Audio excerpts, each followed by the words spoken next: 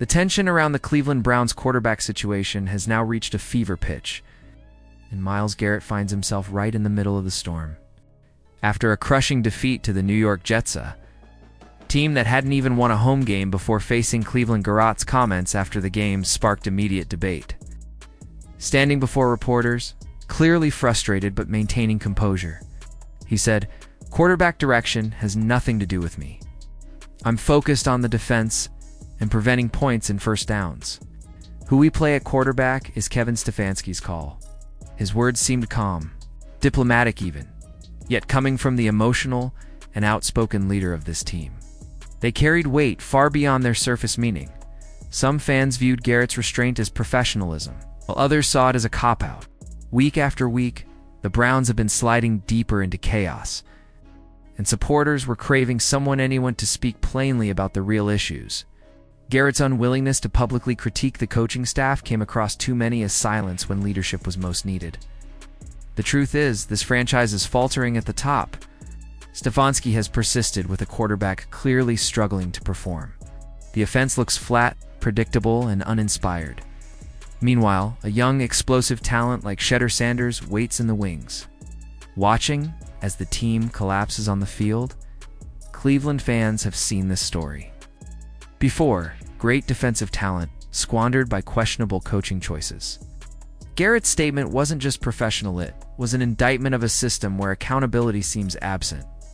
By saying the quarterback decision is up to Kevin, he's signaling that the players are not clinging to this failing strategy the coaches are. Yet, leadership isn't just about fulfilling your on-field duties. It's also about using your platform to expose weaknesses, spark change, and assure fans that someone is demanding better. In their eyes, Garrett's silence feels like surrender.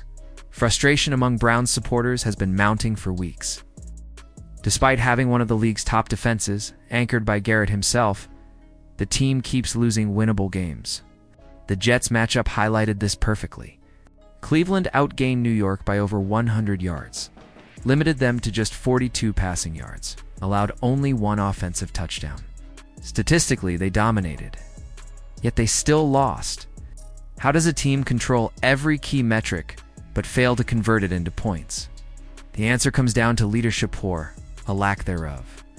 Predictable play calling, an uninspired offensive scheme, and the steadfast insistence on keeping Gabriel at quarterback have stalled the team's momentum. Gabriel's struggles have been glaring all season.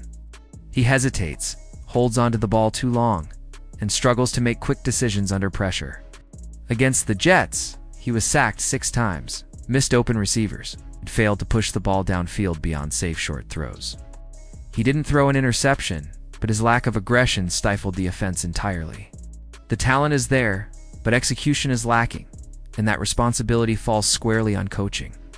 Stefanski's repeated insistence on running the same system with the same quarterback, week after week, highlights a stubbornness that has become costly.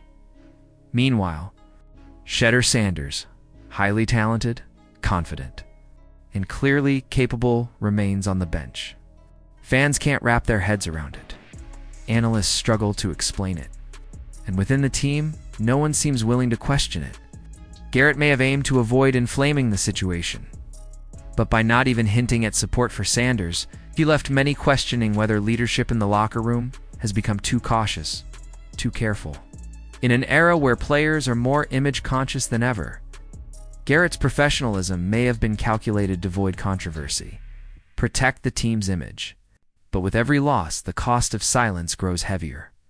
Veteran fans remember a different NFL, one where players didn't hold back. They recall legends like Marshawn Lynch, Richard Sherman, or Ray Lewis, who didn't hide behind polite diplomacy. They called out problems head-on, no matter the fallout. Today, stars like Garrett and others often opt for carefully polished answers that maintain public image, but do little to address deeper issues. It's safe, yes, it's polite, but it isn't leadership. Brown's problems go beyond one poor performance. The team has built a culture where losing feels normal, and accountability has been replaced with excuses. Garrett might avoid drama, but fans are tired of hearing, "It's up to Kevin." They want results and honesty. How long can Stefanski make the same decisions while the team continues to flounder? How many more weeks can Gabriel struggle before someone forces change? Even insiders appear conflicted. Browns reporter Tony Grossi, once a vocal supporter of drafting Shedeur Sanders, now publicly criticizes him while giving Gabriel a pass. It's a stark reversal that reeks of favoritism and narrative control. Grossi, much like Stefanski, seems more invested in defending prior opinions than confronting the glaring issues. Fans notice they're no longer buying the spin. What's unfolding in Cleveland is a slow implosion. Talent is wasted because of indecision and misplaced loyalty. Garrett's remarks, intended to avoid controversy, have instead magnified the tension. His silence has become symbolic. A team with stars, but no voice willing to challenge the system. Everyone is waiting for someone to step up and call out what's broken, acknowledge the offense is failing, confront Stefanski's approach, and give Shedeur Sanders a real opportunity.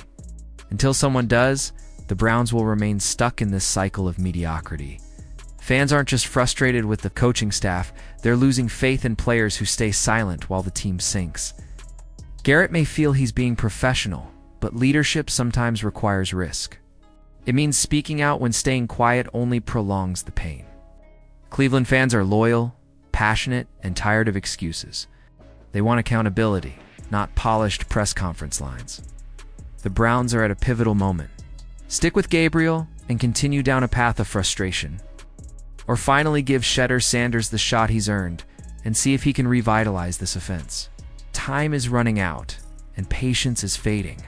If change doesn't come soon, Garrett's measured professionalism may be remembered not as leadership, but as complicity. Where do you stand? Was Garrett right to focus on his role and stay quiet? Or should he have spoken out to support Sanders and challenge Stefanski's decisions?